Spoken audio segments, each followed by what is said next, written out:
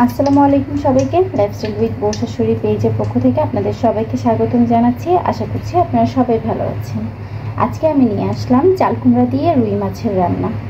তো সেইটা তো আমরা তো ঈদে তো অনেক খাওয়া দাওয়া হয়েছে, তো এখন তো নর্মাল খাওয়া দাওয়া স্টার্ট হয়ে গিয়েছে। তো ভাবলাম যে আপনাদের সাথে শেয়ার করি আজকে আমি কিভাবে রান্না করছি।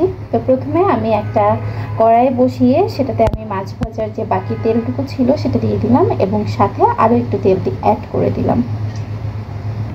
এবার আমি পেঁয়াজ বাটা দিচ্ছি আমার পরিমাণ অনুযায়ী। পেঁয়াজ বাটা দিয়ে দিলাম আমি 4 টেবিল চামচ। এখন আমি সামান্য পরিমাণ রসুন বাটা হাফ চা চামচ ও আদা বাটাও হাফ চা চামচ পরিমাণ দিচ্ছি। এবার আমি এটাকে একটু কষিয়ে নিয়ে তারপর শুকনো মশলাগুলো দিয়ে দেব। আমি আগে থেকে হলুদ লবণ দিয়ে চাল কুমড়াটা ভেজে নিয়েছি, সাথে মাছটাও ভেজে নিয়েছি। এখন আমি পরিমাণ মতো লবণ দিয়ে দিচ্ছি। আমি যেহেতু এই দুটো ভেজে নিয়েছি তো আমি লবণটা একটু সাবধানে দিচ্ছি, অল্প করে। পরবর্তীতে লাগলে আমি আবার অ্যাড করে নেব। তারপর দিয়ে দিচ্ছি হলুদের গুঁড়ো, মরিচের গুঁড়ো, ধনিয়ার গুঁড়ো। এখন আমি সামান্য একটু পানি দিয়ে মশলাটা কষিয়ে নেব। মশলাটা কষে তেল উপরে উঠে আসা পর্যন্ত আমি অপেক্ষা করব।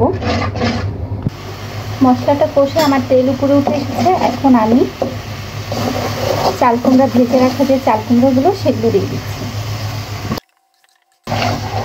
আমার চাল কুমড়াগুলো কিন্তু অনেকটুকু সেদ্ধ, যেহেতু আমি ভেজে নিয়েছি আগে, তার জন্য এটাই কিন্তু বেশি একটা সেদ্ধ করা লাগবে না।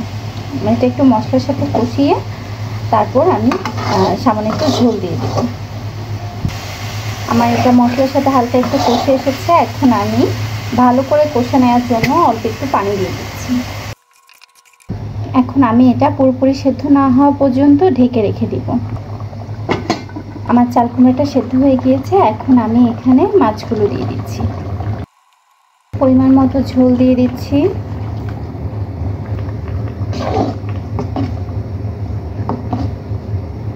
এবার মাছগুলোকে একটু ভিতরে দিয়ে মশলাটা মাছের সাথে মিশিয়ে নিচ্ছি।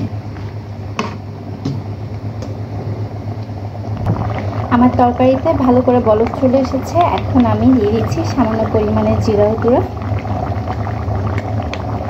এবং ফালি করে রাখা 3টে কাঁচামরিচ।